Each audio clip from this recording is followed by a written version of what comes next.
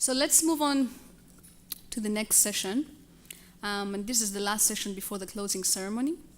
The session is Accessible E-Governance, Empowering People with Disabilities Through ICTs. I think it's a very timely conversation, especially for us here in Rwanda. And then leading up to that, we shall have the closing ceremony that shall be led by the Honorable Jean-Philbert Sengimana, the Minister of ICT in Rwanda. So without further ado, allow me to welcome Professor Tim Anwen, the Secretary General of the Commonwealth Telecommunications Organization. Thank you so much for organizing this event. Thank you very much. I sort of feel that this is the last session. We should all get up and jump up and down and get the blood circulating through our tea and coffee streams. But welcome to this last session. Unfortunately, our keynote speaker was unable to get here. We thought until a couple of days he was coming. So I'm going to begin by doing an overview, and then our two distinguished panelists will be doing a short presentation, and then we will have a discussion. But I promise we will finish in now about 45 minutes, so please keep your interventions as succinct as possible. I thought what I would do in introducing this session is just talk a little bit about a Commonwealth-wide approach and the work that the CTO has been doing to support the use of ICTs by people with disabilities. Some of you know, but I'm sure not all of you will know, that about the only condition I made when I was offered this job was that I could champion the use of ICTs by people with disabilities. So that became one of the CTO's 6 priority areas, and one that I've personally sought to drive forward with as much energy as I can. Because, as we will see in the final slide, people who have more disabilities have much more to benefit from the use of ICTs than those of us who have fewer disabilities. And one way to start thinking about it is how many of you have a pair of glasses of any kind? This is an assistive technology. And as we all get older, as the world's population gets older, more and more people can be seen as having disabilities. There are various figures in terms of the percentage of people in the world who have a disability. Figures vary, usually in international documents, between about 10% of the world's population and 15% of the world's population. One of the challenges, though, is that there is a huge amount of rhetoric about how we can use ICTs to support people with disabilities. Many international reports have been produced, but as I've said before, all too often they finish up on bookshelves and are rarely read. There is not enough action on the ground to make a difference. And I would like everybody in this room to go away and bear that in mind and think how we are going to ensure that people with disabilities are able to benefit from the huge potential of ICTs, particularly in the governance agenda. There are, of course, different definitions. I don't want to get too bogged down in that. I think my preferred wording that I've learnt from people with disabilities is that, or persons with disabilities, but there are those who prefer differently abled, and there are those who tend to use the word accessibility. I avoid the word accessibility because it seems to me that there are many different definitions of accessibility, and that kind of neutralizes the devastating significance that people with disabilities find in their lives. So the fundamental focus of this session is what we must do to ensure that people with disabilities can really benefit from the advantage of ICTs. And to that end, we convened a summit in August 2012, which coincided with the Paralympics. And for those of you who are unable to be at the opening ceremony of the Paralympics, it was amazing bringing a group of people with disabilities and committed to doing something about it to that ceremony. To think what are the key things that we need to do to change that rhetoric into reality. And remarkably, in a 2.5-day summit, we agreed, there were about 35 governments represented there, we agreed 8 points. Sadly, they haven't yet been put into practice in all Commonwealth countries, so I'd like you to take these 8 points back and at least think about adopting 1 or 2. The first was the inclusion of e-inclusion on the CHOGM agenda. And the CTO sought through the Commonwealth Secretariat to make sure at the last CHOGM there was at the Commonwealth Heads of Government meeting, e-inclusion was on that. All the other items that we proposed to be discussed at CHOGM were discussed. E-inclusion was not discussed. I will leave it to your imagination as to why that might have been the case. But we will be working hard to ensure it is there in Malta. The second is that every Commonwealth country should have policies and practices so people with disabilities should have equal access to ICTs and accessible information without having to pay a premium for it. All the governments there were able to agree to that because all too often assistive technology, people have to pay more for it. And people argue that because the market size is small, they can charge higher prices. Yet I've just said between 10 and 15% of the world's population do indeed have disabilities. So we need to ensure that they are not further marginalised by having to pay more. An inclusion champion in every Commonwealth country, someone who is going to drive this agenda forward. Does your country have an inclusion champion? If not, that's not a very difficult thing to get past and to make happen. And then with the champion, there comes a policy in every Commonwealth country that specifically, as part of an ICT policy, there is an e-inclusion policy. So the first four. And the second four are also not very difficult to do, but the summit agreed that these were all important. Sharing examples of existing good practice, and that is something that we have sought to do in the CTO. Persuading governments and businesses who use ICT to change their procurement systems to encourage inclusive design. The major corporations and governments in many Commonwealth countries are the biggest employers. If they all insisted that inclusive design was part of any procurement that they do, that would make a huge impact. And an element of that, one of the widespread charters that people sign up to is the Accessible Technology Charter. If you don't know it, you can get the link from this website later. And then finally, that there should be effective training programs on e-inclusion for governments, the private sector, and civil society. And again, how many of our countries actually have that? And that's an area where the CTO has been working in collaboration with our partners to deliver. So the CTO's role has been through sharing good practices. This is the disability area of our website, and on that you can find sort of the top 20 things you need to read, links, mobile apps, and a range of means of support. We welcome the suggestion of other good practices. It's remarkable that many other areas of our site do have recommendations. Not many people recommend good practices here. And then we followed this up with the first Commonwealth ICT Ministers Conference that we held in March last year, about this time, just a year ago. And again, brought together ministers from about 35 Commonwealth countries. And we, in a 2-day summit, we actually again agreed another series of papers, but we reiterated the findings of the Accessibility Summit, and ministers committed to taking that forward. But they also affirmed an additional item they felt was important to our original 8, which was that universal service and access funds are a good vehicle to support all underserved people, including those with disabilities. So those of you who do have universal service funds, think about how we might be able to use those specifically to address the needs of people with disabilities. So this session focuses on how we can use ICTs to support the most disadvantaged. I said earlier in the week that women are often seen as being disadvantaged in the use of ICTs, but for me, people with disabilities are usually even more disadvantaged than women. Of course, women with disabilities come at the very bottom. How can we support these people, the blind and visually impaired? At the top right, hearing impaired, people with various physical abilities, people with different educational needs. Because as I've said, those who have more disabilities can benefit far more from the use of these technologies than those of us who have fewer disabilities.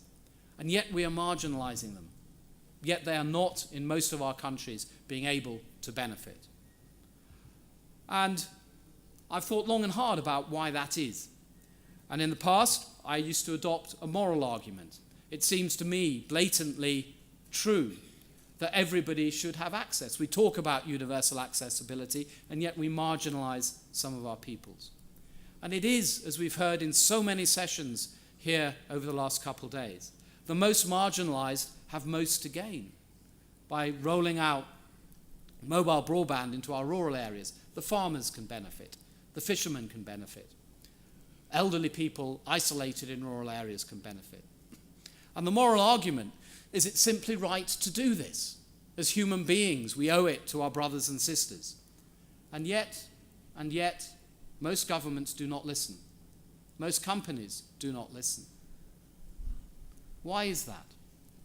And that is what I have pondered. And over the last 2 or 3 years when we've been really working on this, I think we have to change the grounds upon which we argue to an economic case.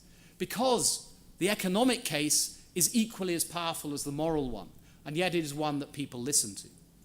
Very often, when governments care about people with disabilities at all, they are seen as being a drain on government resources. They are seen as being people who are deserving of a welfare budget. And I remember a decade ago talking with senior officials in one Commonwealth country. And the minister said to me, "Tim, I have a limited amount of money to spend on the use of ICTs in education. Surely I should spend it on those who are going to contribute most to our economy." In other words, the already advantaged. And that set me thinking, because actually ICTs can help people with disabilities contribute to the productive economy, thus the tax budget, and actually therefore turn a negative into a positive.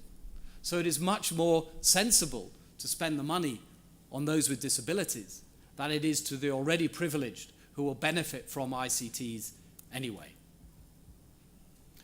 And one of the ways that the CTO has sought to take this agenda forward to help build capacity is to bring together regional workshops in different parts of the world. And earlier this year, I was privileged enough to lead one of those in the Caribbean. And there were, I think it was 14 countries represented. And it was an amazing gathering, full of energy and coming up with real practical things that could be done. And Antigua is very much committed to leading on that. We also just have some helpful resources that you can get from here, but I'd like to emphasize that it's really important that all international organizations should work collaboratively together. And we developed a USB stick that had some of those. Telecenter.org has some very good resources, and the initiative that we were working with in Antigua was the HEART initiative.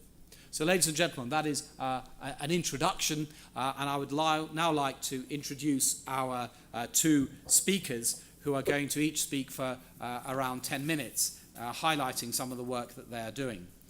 The first speaker is the Honourable Gaston Ruziha, who is an MP here in Rwanda, and the second is Dr. Evariste Karangwa, who is Dean of the School of Inclusive and Special Needs Education in the University of Rwanda. I will say a little bit more about Evariste but just before he comes to speak. But will you welcome the Honourable Gaston Ruziha? He is a Member of Parliament representing people with disabilities since 2013, and he's played an absolutely leading role in establishing various structures for persons with disability here in the country, and has actively advocated for the inclusion of disabilities in the country's constitution. He was elected the first president in 2011 of the Rwandan National Council of Persons with Disabilities, and he has more than 20 years' experience working for the government of Rwanda, at one point as having been the vice mayor for this beautiful city of Kigali for 5 years. I can think of no one more suitable to address this issue from Rwanda than he. Ladies and gentlemen, will you welcome the Honourable Gaston Ruziha.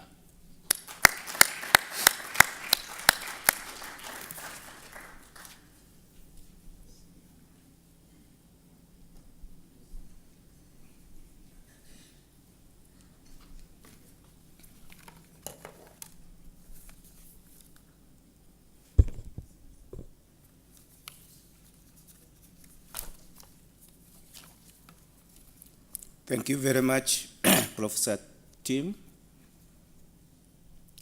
for giving me this audience. Distinguished guests, ladies and gentlemen, dear participants, I thank you very much, all of you, for according me this opportunity to speak on accessible governance, empowering people with disabilities through ICT, with particular mention of how governments can utilize assistive technologies and communications for persons with disabilities.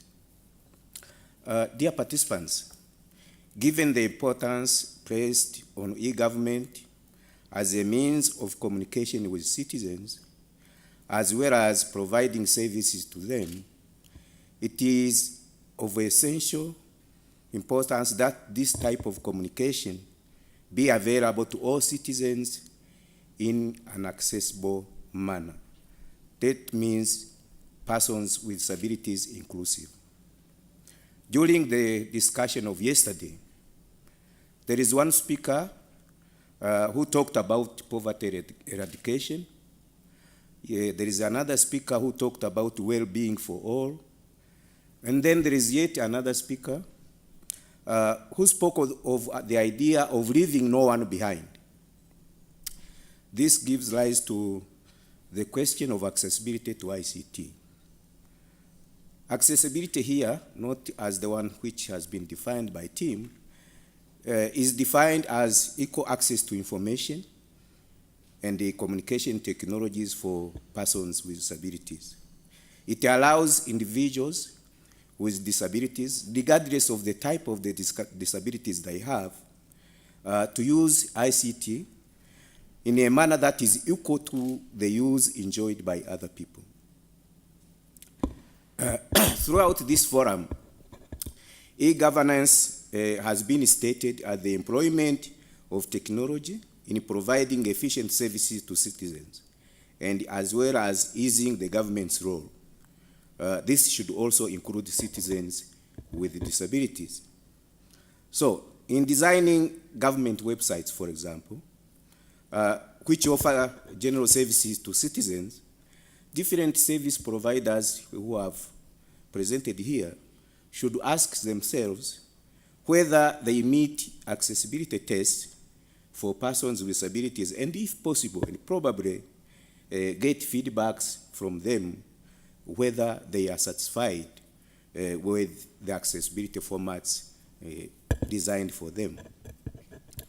Dear participants, Article 9 of the United Nations Convention on the Rights of Persons with Disabilities talks about accessibility. It states as follows: to enable persons with disabilities to live independently and participate fully in all aspects of life, state parties to this convention shall take appropriate measures to ensure to PWDs on an equal basis with the others, to the physical environment, to transportation, to information and communication, including information and communication technology and system, and to other facilities and services open and provided to the public. It is undisputed that the power of technology to promote inclusion and accessibility in order to achieve full and equal participation of persons with disabilities in society is quite vivid. It is also true, just like any other person, persons with disabilities need knowledge and information to facilitate them in meeting their daily needs, in order for them to make informed decisions, to facilitate their necessary movements in their daily lives, etc., etc. If you go by the numbers, quite a significant number of people on this planet live with some sort of disability. The World Health Organization, WHO, puts this figure at 10% of the world's population. And the World Bank puts this figure at 15%. These figures are very huge, staggering, and quite worrisome and challenging. They pose some major challenges which everybody should start thinking about. The lives of all these people, their development, their economic and social inclusion is at stake. However, despite this challenge, information, communication technology, and assistive technologies, which has been developed and continue to be developed, do have a potential to make a significant improvement to the lives of all these people, to promote their equality and to foster their development. In this regard, assistive communication applications for persons with disabilities do offer hope for their inclusion. Today, more than ever before, different assistive technologies brought about by ICT can ensure that people with disabilities do participate in all aspects of social and economic life on a more equal terms with the others. In other words, ICT through assistive technologies has become an important aspect of the wider strategy for social inclusion. There are many ways this is done or can be done. In the area of accessibility, we can ensure that as many areas are accessible as possible. For example, we can introduce electronic braille writings to be used for people with visual impairment. Elevators could be equipped with talking programs to assist people with impairment. Stairs to the floors could be stripped with illuminating flashlights, etc., etc. In the area of the economy, we can ensure that automatic teller machines at different banks are disability friendly so that persons with disabilities can access them. For example, they could be located on sites easily accessible and have speech recognition programs. In political life, persons with disabilities ought to be assisted in the electoral process by availing to them accessible voting documents from the time of voter registration up to the voting booth. In agriculture, I understand that there is an e-Soko project here in Rwanda, which has been developed under supervision of the Ministry of Agriculture and Animal Resources. This project can be further refined to capture the needs of persons with disabilities in the rural areas. In education, which will be elaborated further by my colleague, Dr. Karangwa, distance learning for homes of persons with severe accessibility problems can be established. Digital and audio libraries for people with visual and hearing impairment.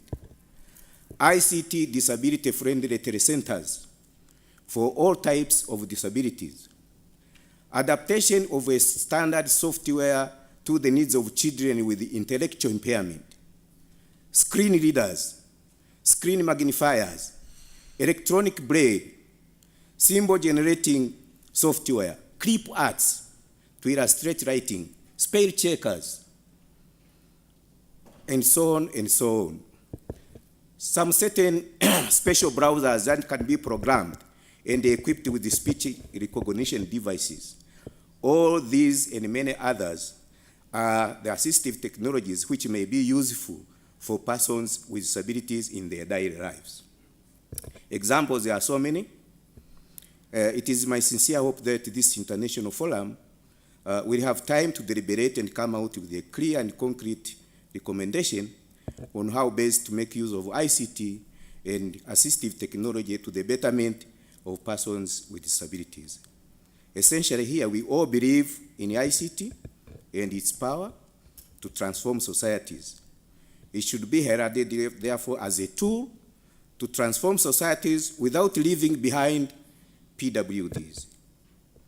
It should offer PWDs, both young and old, the opportunity to overcome social barriers to interaction, social barriers to communication that are caused by certain impairments they have or a lifelong limiting illnesses.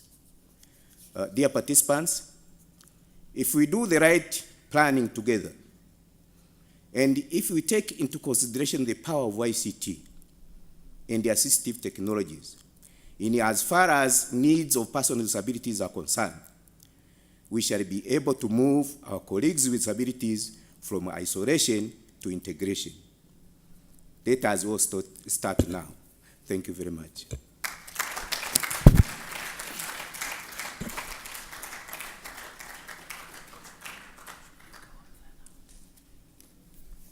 Thank you very much indeed. Could I also invite now Dr. Evarista Karangwa to join us on the podium, and he will then speak from there, and we will have discussions following.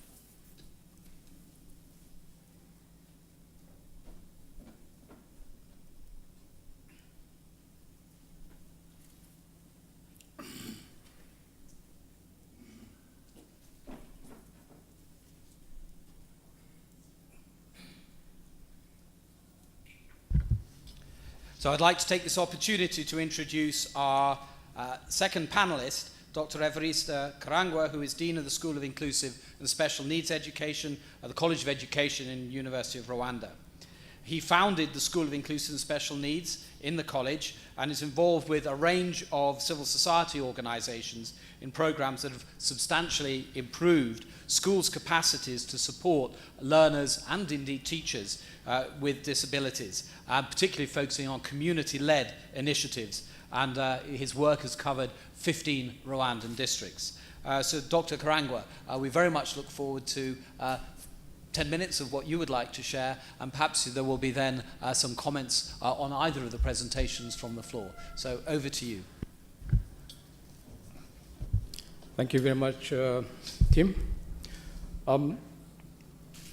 As Professor Tim has said, I'm the Dean of the School of Inclusive Education and Special Needs, which is a new school, actually, for the University of Rwanda, which is part of the national strategy to develop experts to educate, to train teachers who would educate learners with special needs in our schools. This is a new initiative. However, what I would like to say in relation to assistive devices is that what we actually do in the University of Rwanda. The University of Rwanda has been including learners with special needs with disabilities since 2008. That's relatively late compared to our colleagues in the region, in the East African region, who actually began since independence. Kenya, Uganda, they did include the blind and the deaf since their independence. So it is only in 2008 when our blind students were able to enter the university, the deaf were able to enter the university, and we started with about 30, and one student with physical disabilities, with handling problems, and wheelchair users. And since that time, about 99% of the visually impaired have been graduating each year. And the deaf, only 1 out of 5 have been graduating. Why the difference? Is simply because of the assistive devices, the support services that we have put in place. We have put in place quite substantial ICT services for the blind and the visually impaired. We put in place resource rooms in the campus of Huye and that of Remera, the College of Education, where our students with visual impairment can be able to access the library without any support. They can interact with their teachers without any support. They can read materials, rather the ICT can read for them. They can produce print materials for teachers who do not, who are Braille illiterate, and the reverse. The teachers can produce Braille materials for the blind students without, through the ICT technology which is in place. So there's quite a substantial amount, a range of resources in place, and this has made it possible for the blind and little for the poor deaf students. Why not the deaf? Simply because we are not able to, the technology that we have been able to source need to be adapted locally by our technicians, and this has been still a problem. Now, what are the challenges? The challenges have been shared. It's mainly, to me, the challenge is not necessarily the money. Our policies are clear, and both our government and our university is ready to support the children, but the awareness of the decision makers, those who are supposed to source these equipment, they know so little about this assistive technology, and they know so little about the powers and the possibilities of our people with disabilities. This, when you bring this together, our people, our young people with disabilities are continue to be marginalized. So this, we are aware that this thing that this technology is there, and one of the solutions of the university, this year particularly, they are put in place a team of 15 people, including our IC technicians who have been here, so that by the beginning of next academic year, all the students with disability be supported and be acting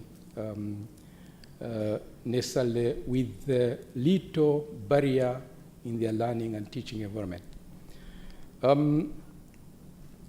So one of the biggest barriers, again, is expertise over ICT.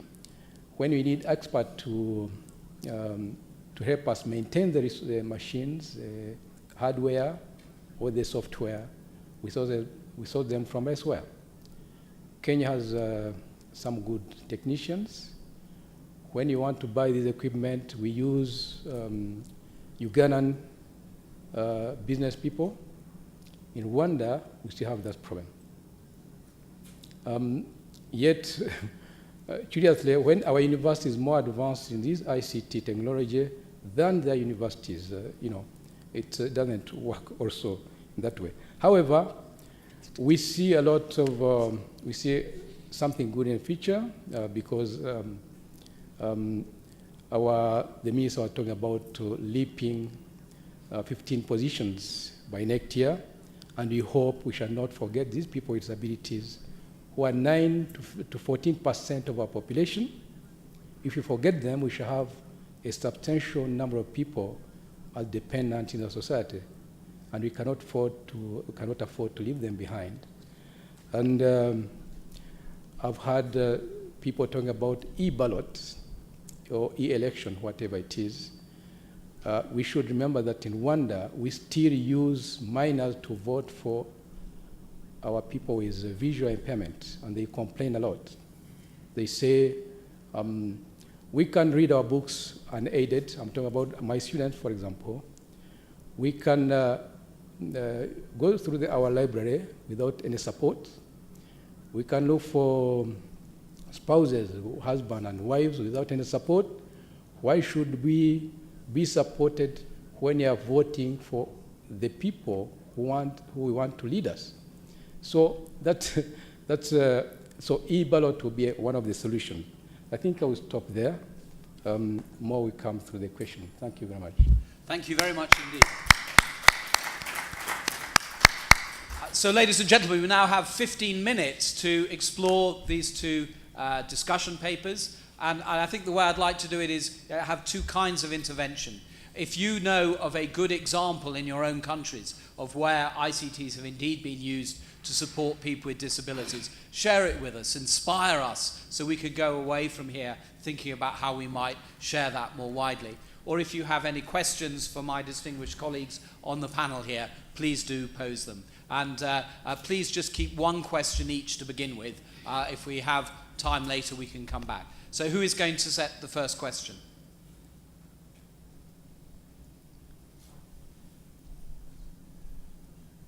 Yep. Yes, do, please, yes, yes. So I assumed you were just going to hand the microphone. Yes, please, your question. Thank you. My name is Peter from Cameroon. My question is directed to Mr. Evarist. The question has to do with assistive devices. I wanted to know how you're solving the problem of different standards in sign language. If Tim would allow, I could ask him a second question so I don't have to take the microphone the second time. Okay, just this once. Not three, just two. Thank you. It's just one question. It has to do, just wanted to find out from you, will you consider Stephen Williams Hawkins? I suppose you know him. He's specialized in general relativity and quantum gravity in the University of Cambridge. Would you consider him as someone classified as PWD? Thank you. Yeah, we didn't get that question, so we'll take the first question. Let me just repeat the question. The question which is directed to your team is the following. So Stephen Hawking. Yes. Well, yeah, okay, so we'll take, is Stephen Hawking, in your consideration, somebody with a disability? So, assistive technologies, sign language in different formats, American Sign Language, etc. Would you like to respond? Yes, I did mention in my, my introduction that we still have problem with our students with hearing difficulties. However, we are aware of technology that could assist our learners with hearing impairment. One of them, which we have been discussing with one of the American universities, Rochester Institute of Technology, where they have the biggest number of deaf students included within the, the university community, is one of the technologies which can translate sign language into print and into sound. One of the breakthrough area which could be adapted. But this comes with a problem for us in the region. Why? Because it translates American Sign Language into American language. Not in Swahili, not in Luganda, not in Rwanda, not in Lugandan Sign Language, not in Kenyan Sign Language. So if we have to adapt that one, our technicians have to do some work to adapt that. That's my view. However, I'm aware in Kenya, in universities, Kenyan schools, Ugandan schools, and ours, we still work with our own sign languages to break the barrier, communication barrier between our students and our, and the teaching environment. Therefore, we still have a lot of work in our own communities to be able to adapt the technology to suit our context. Otherwise, our deaf people, and in Rwanda I talk about 2% of our population, if we could adapt this, would reduce the barrier for these people and would be effectively participative. Otherwise, they're not. Thank you. I think that's lovely. Thanks. I mean, and there are many other dimensions to that, because obviously speech-to-text, text-to-speech software has transformed communication. And also, there are many video learning modules where you can learn different sign languages as well. It's like Stephen Hawking is a classic example whereby technology has enabled him to fulfill his life to the absolute fullest. Any other questions, comments? Yes, there's one down here, and then there's a gentleman there. Thank you very much. My name is Juma from Kenya.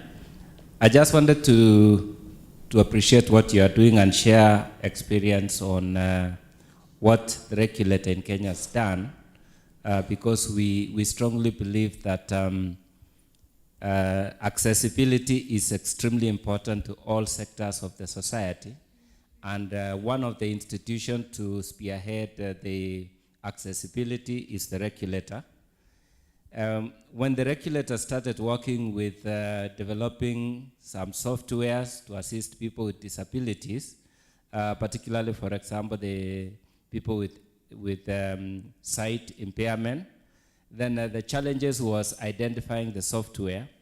But when we worked with the Society for People with Disabilities, we created a very strong synergy, because it is only people with challenges who can appreciate and develop the software that addresses those needs. Because the challenge we have in society at times is people developing a software without understanding what is happening from the side of the person they want to address the need. So we think if we actually allow people who have that challenge to develop the software and facilitate, it will address the needs more strongly. And that has worked for us. But the other area that is also important, apart from assessing ICT, it is what you do with it that really makes a difference. And one of the areas that we found working very, very comfortably for both sides is we were developing the quality of service on the postal subsector. And the regulator specifically decided that this is going to be something done by people with disabilities. So the society for people with disabilities would handle completely in terms of checking the quality of service. For example, how long it takes to post a document from one post office, one part of the country to another.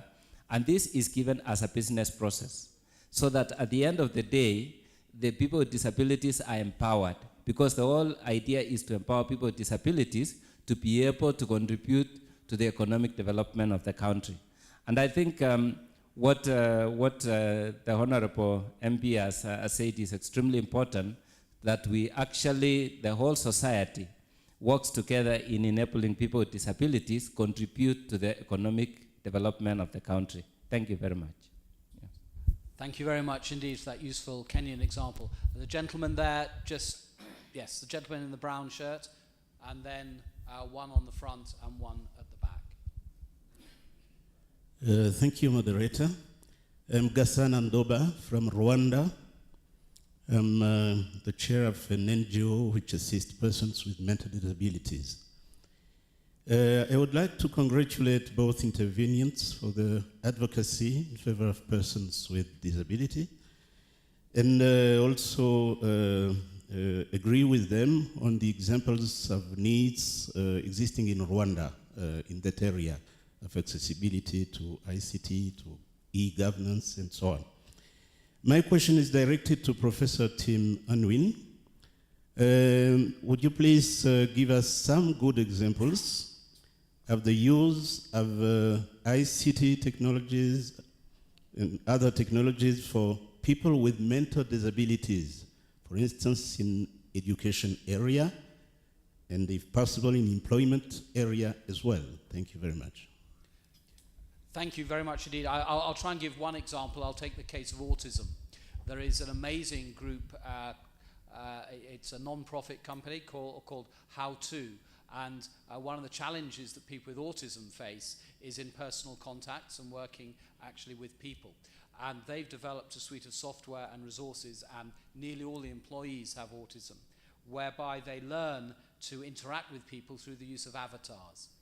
And they've actually developed a conferencing suite of software as well, which is all avatars. So people with autism can act out and learn those processes. And many of them have then gone on to further employment. The link is on our website, but it's HAO2. You'll be able to find it there. And welcome, Honourable Minister.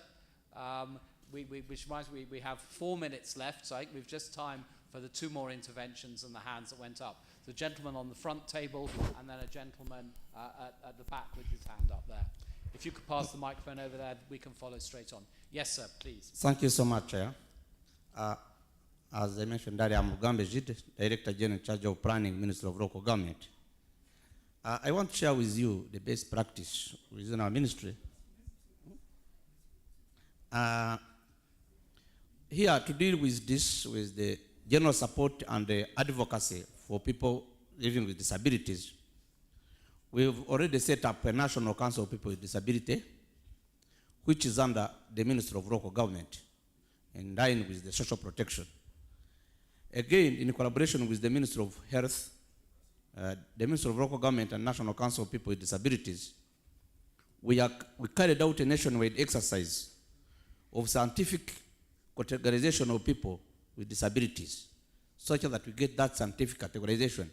And this will help us in identifying specific needs of the specific categories of people with disabilities, including the advocacy and the use of ICT in solving certain solutions, certain problems in this.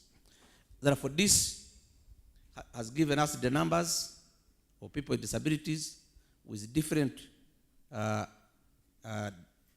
categories of disabilities, and then the approach and the interventions thereafter. So with this, it's very scientific and it really helps.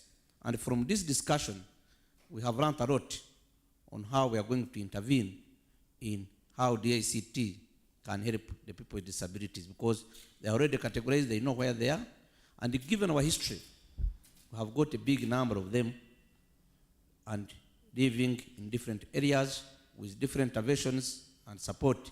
And therefore, with this intervention here this evening, this really is an important area for project formulation to support this category of our population. Thank you.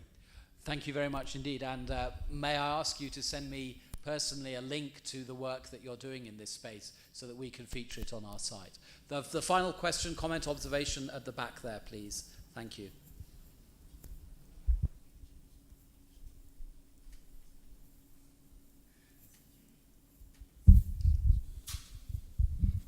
Okay, thank you. A quick one, and I direct this to the Honorable Member of Parliament.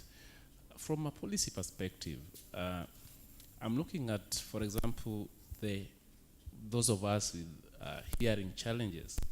How difficult is it to ensure that, because we watch news from televisions and such media, how difficult is it to ensure that such media include sign language, at least during newscasts?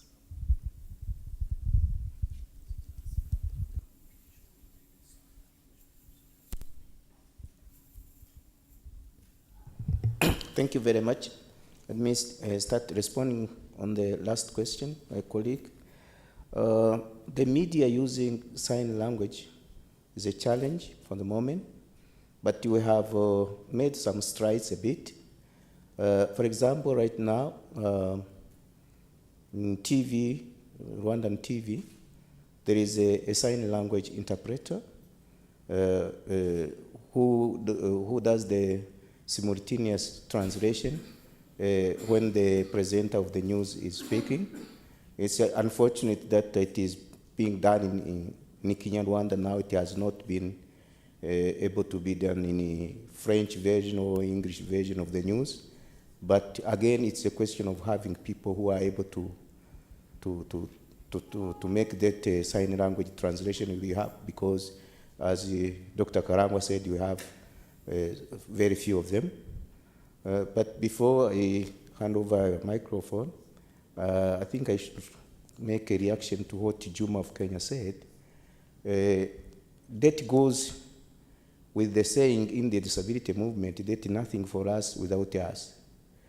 I think whatever is being done for persons with disabilities, they should be involved on board and participate in whatever program which is being designed for them, because they are the ones who know exactly what they want and what their challenges.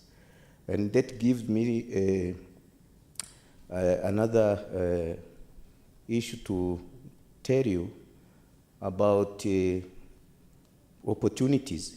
If you only empower these people without giving them the opportunities, really it is also a challenge. I give you a small example of the country of Sweden, where people with the intellectual impairment are given priority to work in the post office. Because people with the intellectual impairment, they do not wish to be bothered with a lot of thinking. So if they can work in the post office, they can just look at the mail and see the postal code, post office box number, and they go straight and put that mail in the box. And they earn the salary on a monthly basis, and they make an independent living. So that's one way of making sure that they live independently. So empowerment is also an issue which has to be taken over by policymakers. Thanks. Thank you very much indeed. I think, ladies and gentlemen, we have come to the end of our time. That was a very fitting conclusion. And I would just add that the PTS, the regulator in Sweden, has some of the very, very best regulatory practices in the use of ICT for people with disabilities, and is worth following up. Ladies and gentlemen, that brings us to the end. Will you please join me in thanking our two panelists?